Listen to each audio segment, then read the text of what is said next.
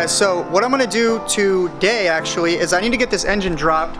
So I started by draining the oil. I was gonna drain the transmission because usually when you drop the drive shaft, transmission fluid will leak out of back here.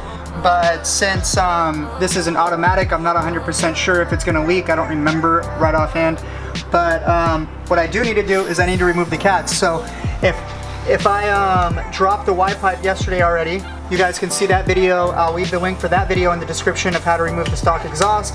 But you drop the Y pipe first, then you can start by disconnecting these O2 sensors, and you've got a few bolts up here. They're really difficult to get to. You've got one down here, but you have to go from the other side. I usually come from this direction over here with like a big wrench or something, and then break that one loose right up here.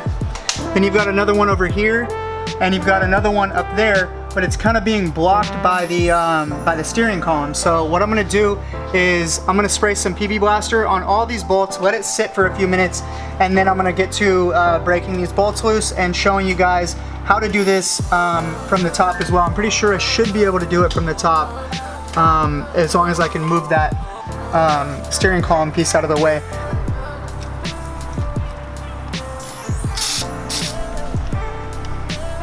Alright, so I already took out the two bolts right here. Now all I'm going to do is I'm going to take out these two, and I'm going to start getting to the bolts further up on the cats after I take off the O2 sensors.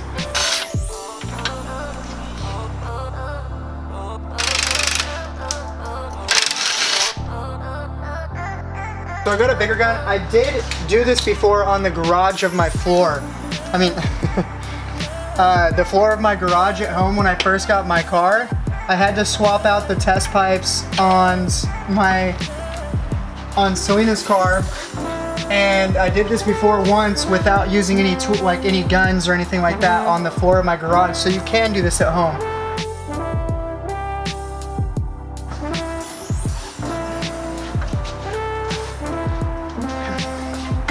Yeah, this one's around here. I am going to remove these O2 sensors real quick, get them out of the way.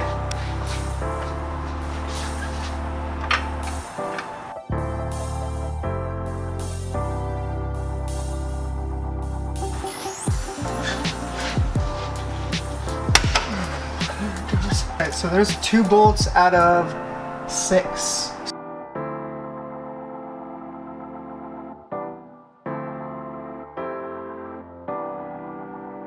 Alright, so what I'm going to do, I know that it sucks doing, especially if you're doing it on the floor of your garage, I've done it before, is I'm actually going to remove this brace. So you've got a couple of 14s right here. I think this is a 17 or a 19 right here, a 14 right here, and then you've got like 2 14s on this side and 2 14s on this side right over here. So what I'm going to do is I'm going to lower the car as much as I can. I don't have one wheel on it, so it's going to be a little bit more difficult to get this moved out of the way. But what I'm going to do is I'm going to move this to right here. I'm going to move it back a little bit like this, and then I'm going to do the same thing on this side, and I'm going to drop this brace. That way I can get to this bolt back here a lot easier, because when this is in the way, it's really hard to get up to it. So that way I can get to both of these bolts, and then I'll go from the top and get to those ones. Alright, so what I'm going to start by doing is dropping these 2 19s right here. And then I've got a series of 14s, so I'm going to start with this one.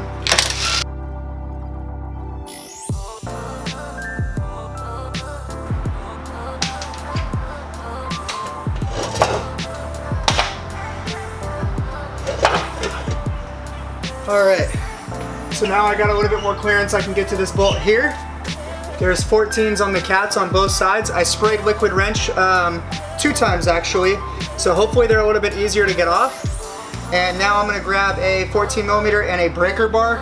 Alright, so dropping that brace is a little bit more difficult to do like on your garage floor. I've done it before, but it is a little bit more difficult. It takes a little bit more time, but it's going to save you a lot of trouble in the long run trying to get to these bolts. Alright, there goes that one. There's that one. Alright, so I'm going to lower the car and then get to work on the top.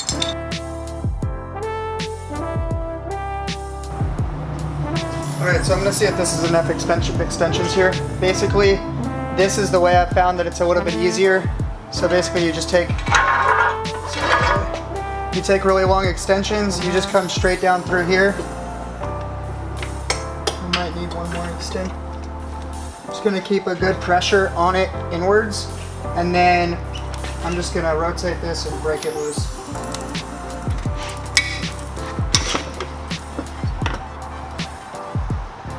There it goes. If you guys didn't know, if you ever have a little clip like this, if you just use a 10 millimeter like this, it makes it really easy to pop these clips off.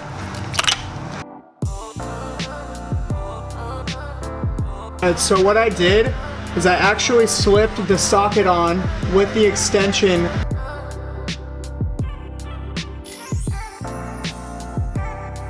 right there. I don't know if you guys can see that very well. But what I'm gonna do is I'm gonna go from the top now like I was before, and all I have to do is slip on the other extensions and then I can break it loose. All right, so now all I have to do is try to get this extension on the other extension. There we go.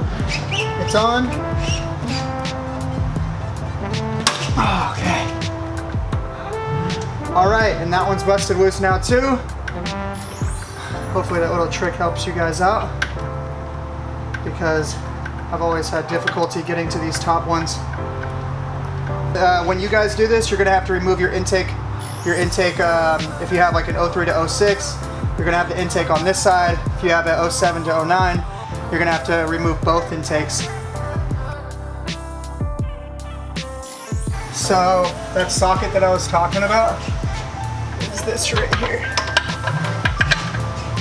So all I did was I slipped the socket onto the bolt with this extension, and then I went from the top and just connected this extension to another extension up there, or the other few up there. And then, so now all these bolts are pretty much loose. I'm just gonna grab a ratcheting 14 millimeter.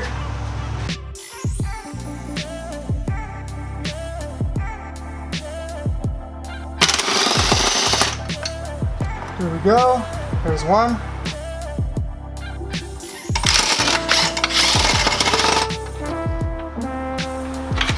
And that's it. Both of the cats are removed.